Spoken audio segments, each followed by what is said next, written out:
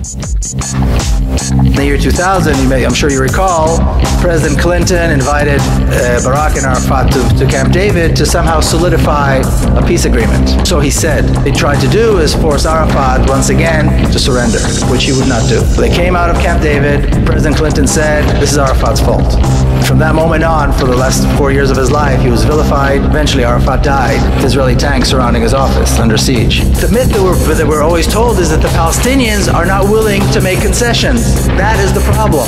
I think Mitt Romney just alluded to this as well in that little secret tape that was recorded. Problem is the Palestinians, they just don't want peace. Yasser Arafat was willing to give up almost 80% of his homeland and right of the Palestinian refugees to return to their homeland and be compensated, all for the sake of peace. He wouldn't do is he wouldn't go beyond less than 20%. He wouldn't give up the West Bank and the Gaza. He couldn't do. I want him to give up even more. I want him to sign a surrender agreement, and he wouldn't. It's not the Palestinians that aren't willing to make concessions. It's Israel that's incapable of making concessions. Because concessions on the land are impossible from a Zionist perspective. The whole name of the game is taking the land and making it ours. This is exactly the process that took place. This is a picture of my niece Madar, and on September the 4th, 1997, she was killed. The young Palestinians blew themselves up in Jerusalem, took their own lives, and the lives of several Israelis, including her. She was 13 years old. When a 13-year-old little girl that you know and love gets killed like this, you don't really know what to do. You don't know what to think, you don't know what to feel, you don't know how you're going to get back to life after that. She was the granddaughter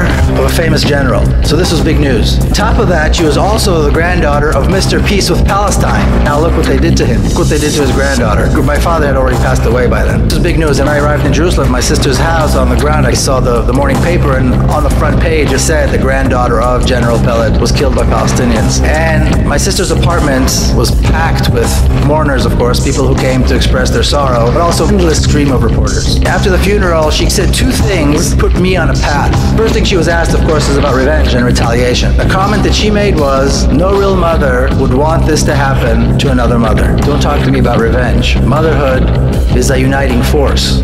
It cuts through religion, it cuts through any differences that might exist between us. And if she's anything above all, she is a mother. And the second thing she said was, my government is responsible. My government brought these two young men to such a level of despair that they would take their own lives and take the lives of other people, including a 13-year-old girl. The brutal oppression under which the Palestinians have to live because of us is the cause of this. My government is responsible. My government is responsible. My government is responsible.